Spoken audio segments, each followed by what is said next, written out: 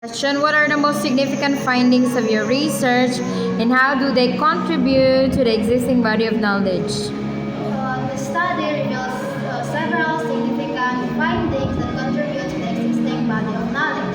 Participants use Korean and Asian drama as a coping mechanism for stress, anxiety, and feeling of isolation. Did your research uncover any unexpected results and how did you interpret these and what are their implications?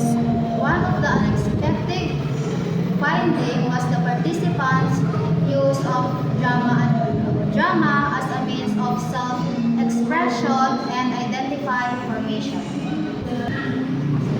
Now, what are the practical implications of your findings and how might they be applied in real-world settings? To incorporate media literacy programs in school to promote critical thinking and responsible media consumption.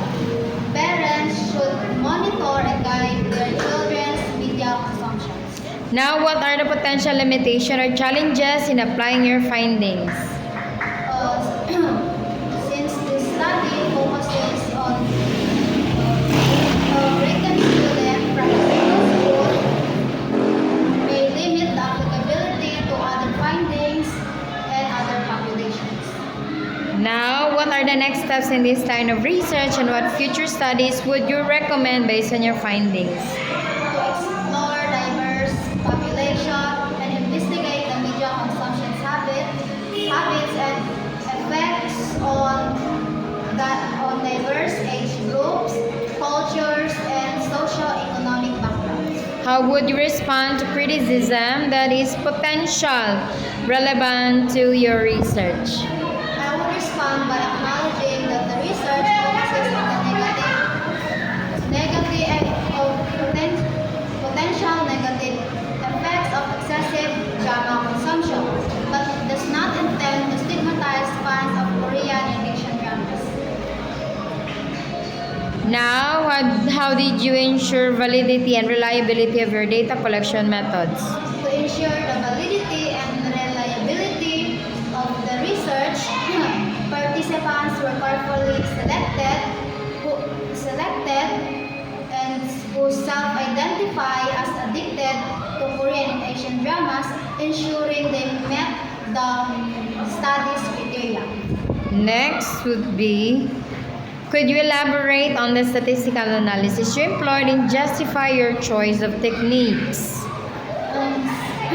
Since the study was employed qualitative phenomenological design, statistically analysis was not the primary focus.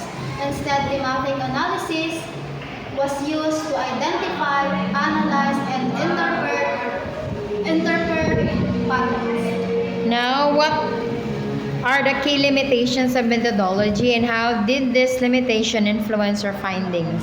The small sample size and focus on rated students may limit the generability to the other age groups or populations.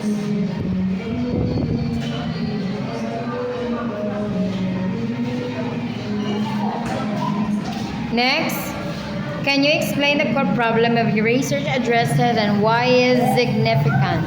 This study addresses the growing concern of Korean and Asian dramas on rated students, exploring its social and behavioral impact. Okay, congratulations.